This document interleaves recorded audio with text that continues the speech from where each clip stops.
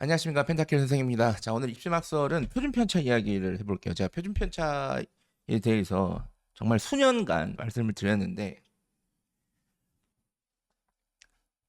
제가 뭐 제 채널이 이제 대형 채널도 아니다 보니까 이제 쪽수에 밀리는 거죠.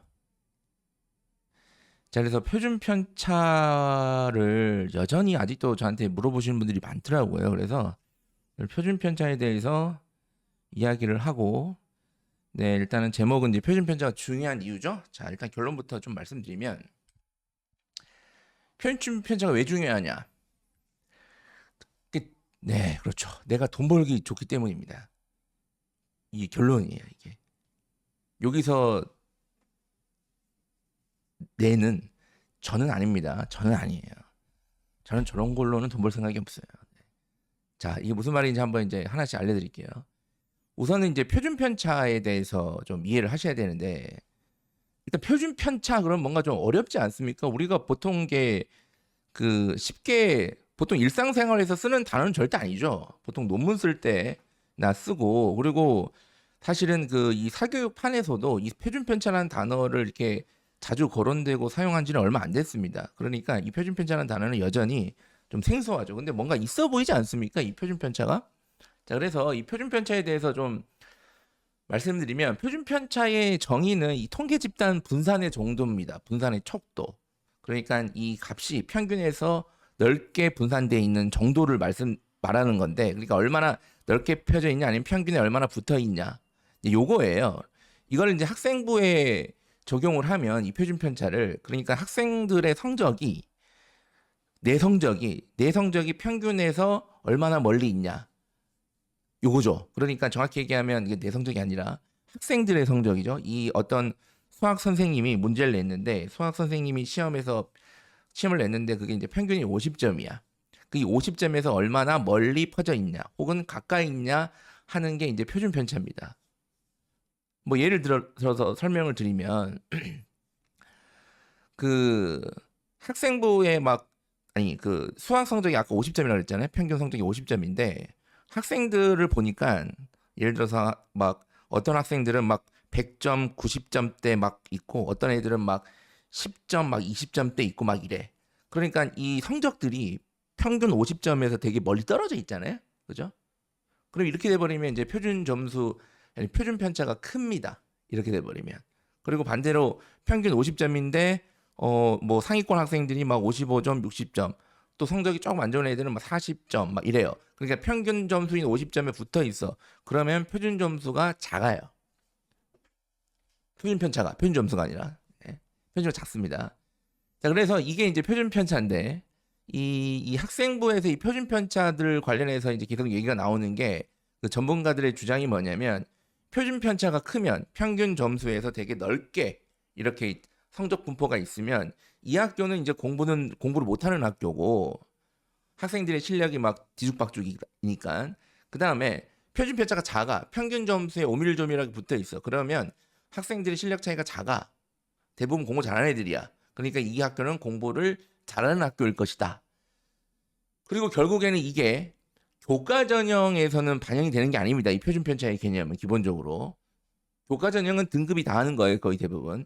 종합 전형에서 대학들이 학생부 종합 전형에서 학생부 서류를 평가할 때 이 표준 편차를 염두에 두고, 그 공부 잘하는 학교인 경우에는 내신 성적이 좀 낮아도 좀 뽑아주고, 그 성적이 좋지만 표준 편차가 커서 이놈의 학교는 공부를 못하는 학교니까 이거 1등급, 2등급 의미가 없어, 이런 학교들은 학종에서 이제 박살난다는 이제 이론이거든요. 이 주장이거든요. 자, 제가 이게 말이 안 된다고 제가 수없이 말씀드렸습니다. 일단은. 자, 한번 예를 들어볼게요. 그러면 자, 한번 예를 들어볼게요. 이 표준 편차가요, 사실은 이거는 조금만 관심 있으면 바로 검증이 되는 거예요.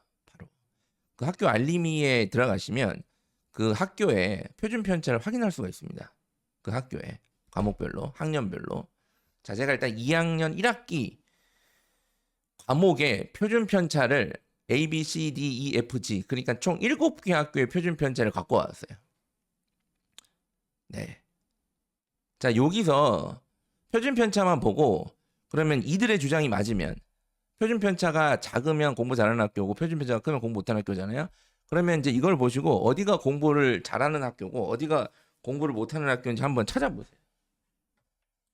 네, 한번 계속 보세요. 한번 어디가 공부를 잘하고 어디가 공부 못할까요?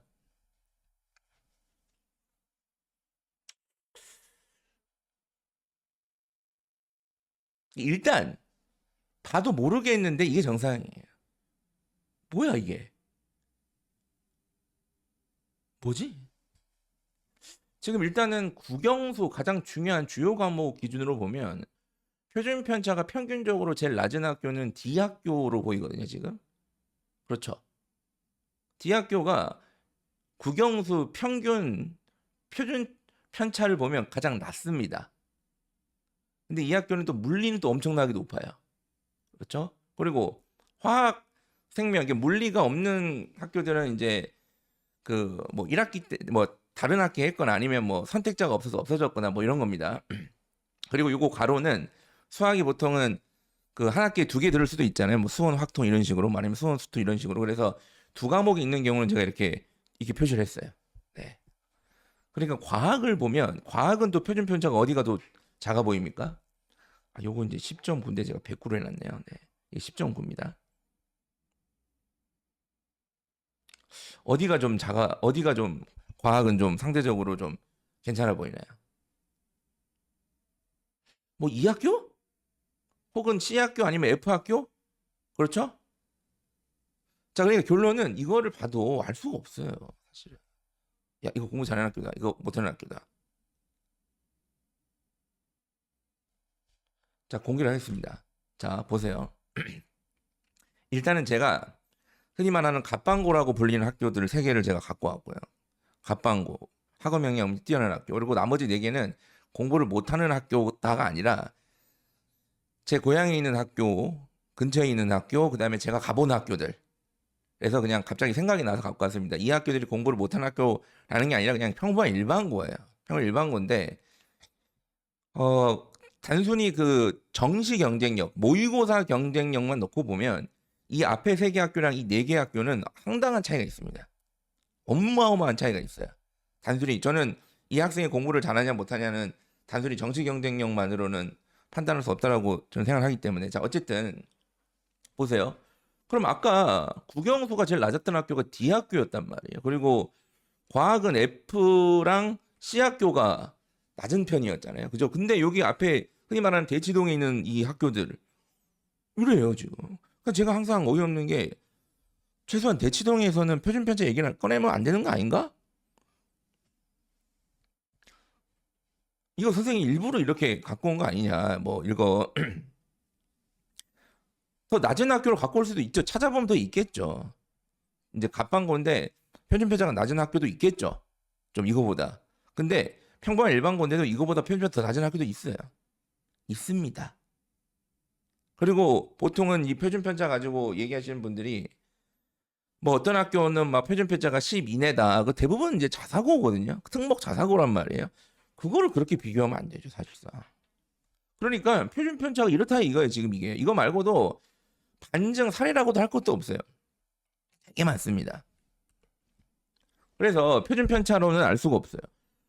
예를 들어서 표준 편차를 만약에 표준 편차가 작은 게 그 학생부 아니 이 학교의 학업 역량을 보여주는 척도고 그리고 그 척도가 학생부 종합 전형에서 되게 중요한 의미를 만들어낸다면 당연히 만약에 입시에 좀 관심 있는 학교면 제가 만약에 교양 선생님이면 선생님들 불러서 선생님들 문제 쉽게 내시고요. 쉽게 내세요. 그리고 대부분 문제 알려주세요, 그냥. 특히 그 공부 안 하는 애들 깨워가지고 20문제 중에 한 15문제는 거의 다 떠먹여 주세요, 그냥. 이렇게 할 것 같아요. 그럼 시험 문제를 쉽게 내면 표준은 작아지는 거예요, 이게. 그리고 갑방고 같은 경우에는 기본적으로 얘네들이 그 기본적으로 학업 역량이 뛰어나기 때문에 변별을 하려면 문제를 어렵거나 괴랄하게 낼 수밖에 없습니다. 그리고 이 학교들은 정시 파이터들이 빠르게 다수 발생하거든요.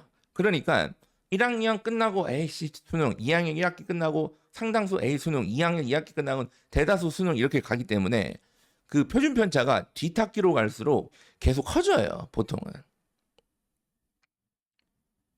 이러면 또 표준 편차가 그러면 점점점 D학교로 커지면 공부 잘하는 학교다 이렇게 얘기하는 전문가들도 또 생길 것 같은데 근데 일단 제가 말씀드리는 거는 이 표준 편차로는 알 수가 없다는 얘기. 알 수가 없어요. 뭐 여기 원점수 성취도 같이 봐도 뭐 어쩔 건데요, 이제 그거를.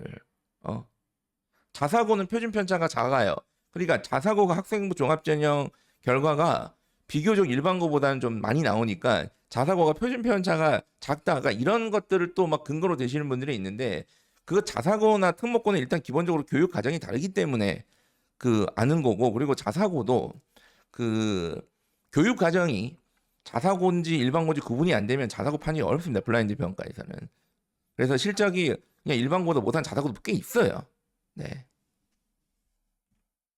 근데 왜 자꾸 표준 편차를 얘기를 하냐? 지금도 한번 네이버에 표준 편차 쳐보세요. 다 이런 얘기예요. 다. 그리고 부모님들 자주 보시는 그 막 유튜브들 뭐 저보다 이제 다 뛰어나시고 훌륭하신 분들이니까 구독자도 많고 조회수도 많겠지만 그분들 다 이게 똑같은 얘기 하신단 말이에요, 지금. 그 저는 제 개인적으로는 저는 이제 입시 전문가 아니니까 오늘은 입시 전문가 안 할 거니까 제가 봤을 때 표준 편차를 자꾸 언급하는 이유는 뭐라도 떠들어야 되니까 그런 거예요. 있어 보이니까 특히 중학생 부모님들한테 이게 먹힌단 말이야. 어머님들 학교 선택할 때 표준 편차 고려하셔야 돼요. 표준 편차 뭔데? 표준 편차 모르세요? 뭐 이렇게 되는 거죠, 이제. 그리고 표준 편차는 기본적으로 표준 편차로 이 학교가 같은 일반고라도 잘한다 못한다 즉 서열화를 조장하는 거잖아요. 사교육이 제일 좋아하는 게 뭡니까? 서열화, 레벨 이런 겁니다. 레벨 좋아하잖아요. 레벨. 부모님들이 그 막 그 초등 이런 학원들 뭐 추정 60에서 나왔던데 그런 학원들 가서 열광하고 막 보내시는 이유가 레벨 테스트가 중요한 레벨 테스트 중요한 게 테스트가 아니라 레벨이 중요한 거잖아요. 그렇죠? 이게 사람을 막 미치게 한단 말이에요. 레벨 이게. 그리고 이분들이 진짜 입시 전문가니까 그런 것 같아요. 제가 보니까 전문가니까 당연히 이 정도는 알고 있어야지. 근데 만약에 지금 이 표준 편차가 크게 의미 없다는 거 알고 있는데 이렇게 떠든 거면 사기꾼이고 이걸 모른다. 전혀 모르고 있다. 지금 이거를. 그러면 이 진짜 입시 전문가 맞아. 그러면 내가 봤을 때는 그분들이 입시 전문가 하는 게 맞아. 만약에 자연계열 저기 뭐야 학교 수준을 정말 알고 싶다. 정말 알고 싶잖아요.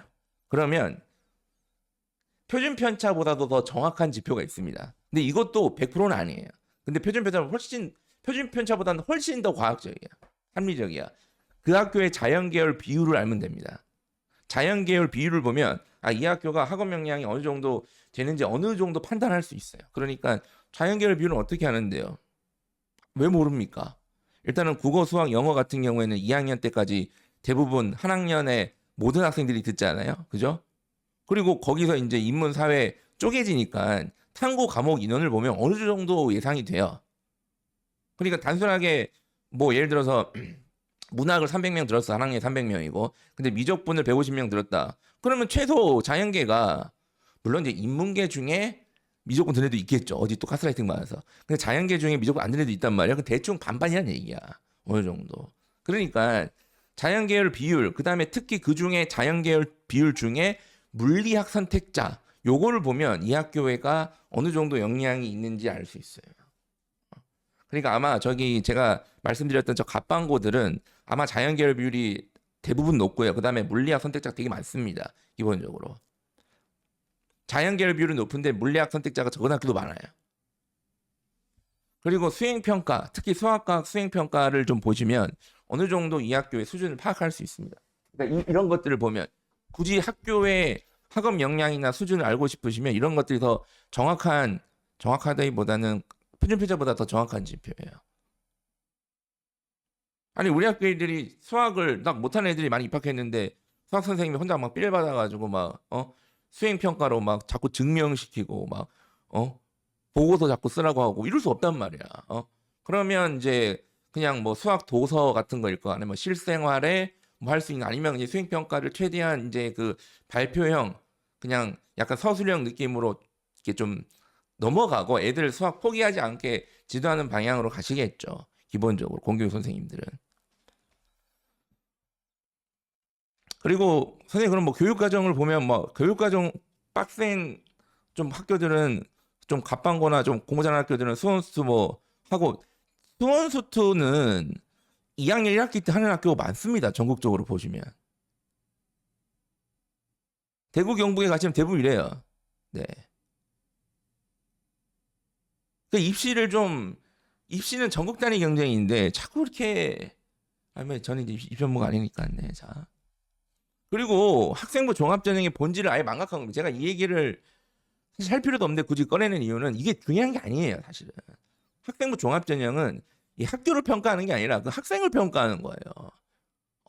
그러니까 정확한 종합전형의 평가는 심지어 이 학교가 공부 잘하는 학교인지 못하는 학교인지 명확하게 알아도 그게 중요하지 않은 겁니다. 사실상. 왜냐하면 너를 평가하는 거잖아요. 개인을 평가하는 거예요.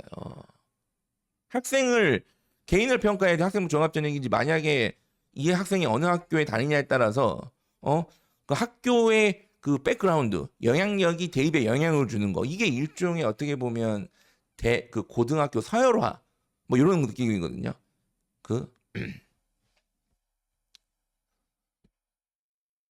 네. 그래서 어쨌든 학생을 평가한다는 거 종합적인 본질. 네, 그래도 학업 역량이 우선 학교가 입시 실적이 좋은데 그건 어떻게 설명할 수 있냐? 결국 또 표준 편차. 학업 역량이 우선 학교는 정시로도 많이 갑니다, 애들이. 그러니까 입시 실적은 수시, 정시, N수생까지 포함된 게 실적이잖아요. 그리고 보통은 실적을 중복으로 냅니다. 중복으로. 그리고 수시에서도 수능 최저가 있어요. 여전히. 교과 전형은 많이 있고 종합 전형 같은 경우도 뭐 연대, 고대, 뭐 이대 뭐 이런 식의 좀 상위권 대학들은 수능 최저가 여전히 있고 그 학교들이 특히 고려대 같은 경우 수능 최저가 되게 중요한 요소이기 때문에 당연히 이 우수한 학교가 수능 최저 충족 가능성이 그러니까 수능 최저를 맞춘 학생들이 많으니까 더 많은 기회가 생기는 겁니다. 그러니까 결국 개인 역량이라는 얘기예요. 지금 이게. 그래서 제가 이제 더 이상 표준 편차 얘기는 이제 안 할 겁니다. 앞으로 이제. 왜냐하면 현 고1부터 이제 표준 편차가 없어요. 아예. 그렇게 중요하면 없앴겠냐 이거예요. 이게 그렇게 중요한 거면 자꾸 사교육에서 이게 떠드니까 전문가들이 표준 편차 중요하다고 떠드니까 없앴는지 잘 모르겠는데 어쨌든. 그리고 제가 작년 올해 깨달은 게 사실은 중요하지 않은 것 같습니다. 이제는 거의 이제 입시도 이제 부두술의 영역이에요. 이제는 제가 보니까.